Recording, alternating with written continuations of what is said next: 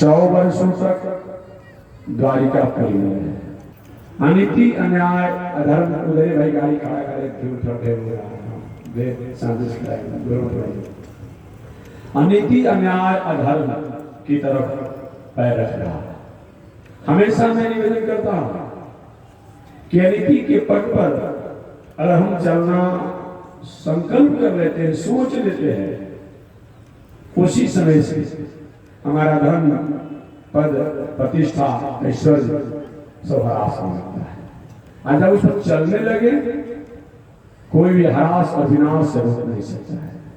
कभी भी आपने नहीं सुना होगा कि कोई भी व्यक्ति किसी कन्याओं के विवाह करने से दिवालिया हो गया। हमने तो नहीं सुना है, हो सकता है कभी आप सुने होंगे। ठीक है, घर में 2-4-10 कन्याएं हो, आय का स्रोत आर्थिक व्यवस्था बहुत अच्छा न हो तो थोड़ी सी कुछ घर की विषम परिस्थितियां रहती है, परंतु अपने आप में उसका निपटारा भी हो जाता है, उभर भी जाता है। सैकड़ों आपने इतिहास घटनाओं को सुना होगा, पढ़ा होगा, देखा होगा।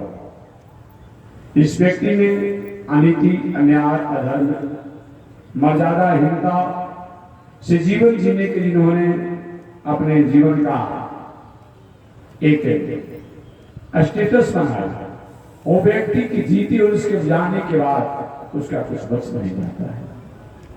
हमारे जीवन में जब जब भी हमने अनीति अन्याय अधर्म और मर्यादा का त्याग किया, तब तो हमारे पास आए हुए साधन संसाधन संपत्ति ऐश्वर्य हरास हो जाती है, हमारे साथ से छोड़ करके चली जाती है। ऐसा होता क्यों है?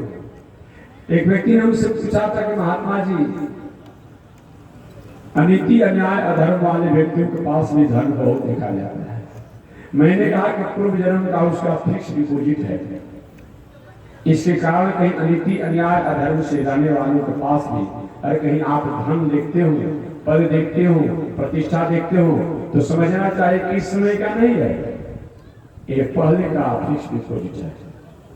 अरे कोई व्यक्ति खेती व्यापार नौकरी नहीं करता हो, लेकिन उसके बाप दादा द्वारा या उसके द्वारा कहीं फिक्स डिपॉजिट किया गया हो, तो उसको निकाल करके अपने आप को खाता करते रहेगा, खाते रहेगा। देखने वाले को समझ में तो आता है कि व्यक्ति कोई कमा नहीं रहा है, लेकिन हम उससे अच्छा खा रहा है, हम उससे अच्छा पहन रहा है, अच्छे तरीके से रह रहा है, ये बात ठीक है, लेकिन उसका पहले का फिक्स डिपॉजिट है। ठीक वही बात है, यदि किंचित कहीं किसी के जीवन में ऐसा आप देखते हो कि बहुत बड़ा अनीति अन्याय अधर्म पर पग रखा हुआ है, लेकिन जिस रफ्तार में ये बढ़ रहा है, उस रफ्तार में अच्छे लोग, मर्यादा से रहने वाले लोग नहीं बढ़ते हैं, तो यही मानना चाहिए पहले का उसका फिक्स डिपॉजिट जो पूर्ण है, उस पूर्ण के कारण वह ऐसे चलता है।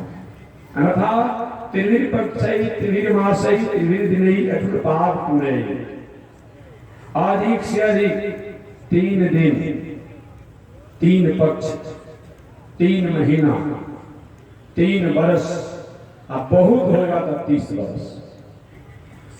अच्छे काम उसका भी और बुरे काम का भी, इसी शरीर से इसी समय उसको कहीं न कहीं रिटर्निंग रिवेट प्राप्त होगा।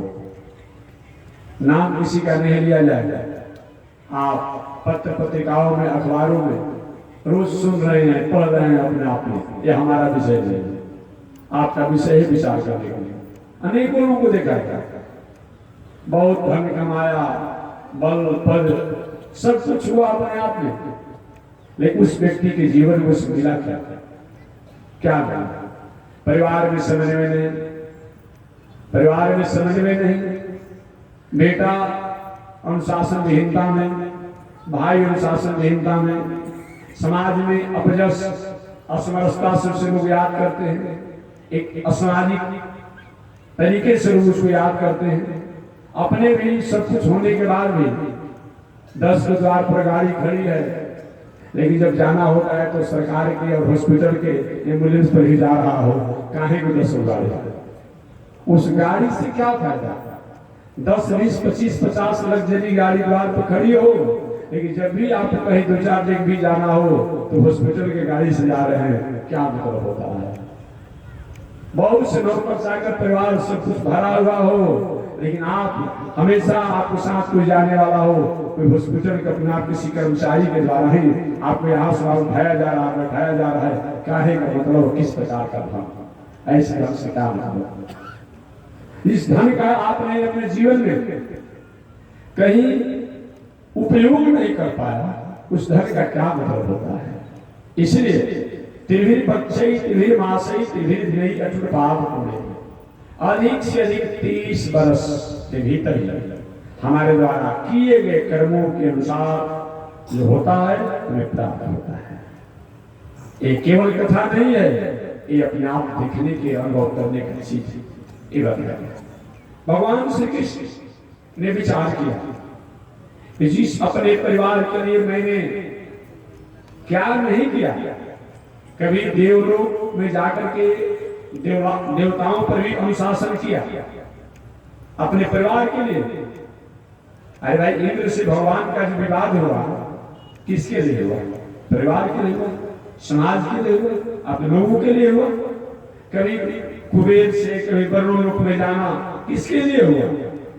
भगवान ने विचार किया कि इस अपने परिवार के लोगों के लिए मैंने क्या नहीं किया, क्या नहीं किया, जिस समाज के लिए मैंने क्या नहीं किया। आज वही मेरा परिवार, वही समाज आज हमारे से मुख मोड़ा होता है। मुख मोड़ने का मतलब क्या होता है? धर्म की मर्यादा को अवहेलना करना, अपमान करना, तिरस्कार करना, न्याय नीति संस्कार से हट करके दिनचर्या जीना, यही मुख मोड़ना है अपना।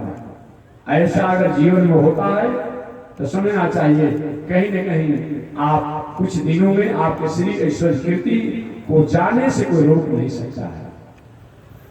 भगवान श्री कृष्ण जब तक से कोशिश होना चाहिए परिवार को संभालने के लिए, सजाने के लिए, पुनः मुख्य मार्गों पर स्थापित करने के लिए कोशिश करना चाहिए। लेकिन हमारे प्रयास करने के बाद भी, हमारी कोशिश करने के बाद भी अगर समाज परिवार के लोग मुख्य मार्गों पर नहीं आते हो तो परमात्मा की कृपा मान करके और कहीं चुप ही लगा लेना चाहिए। मानस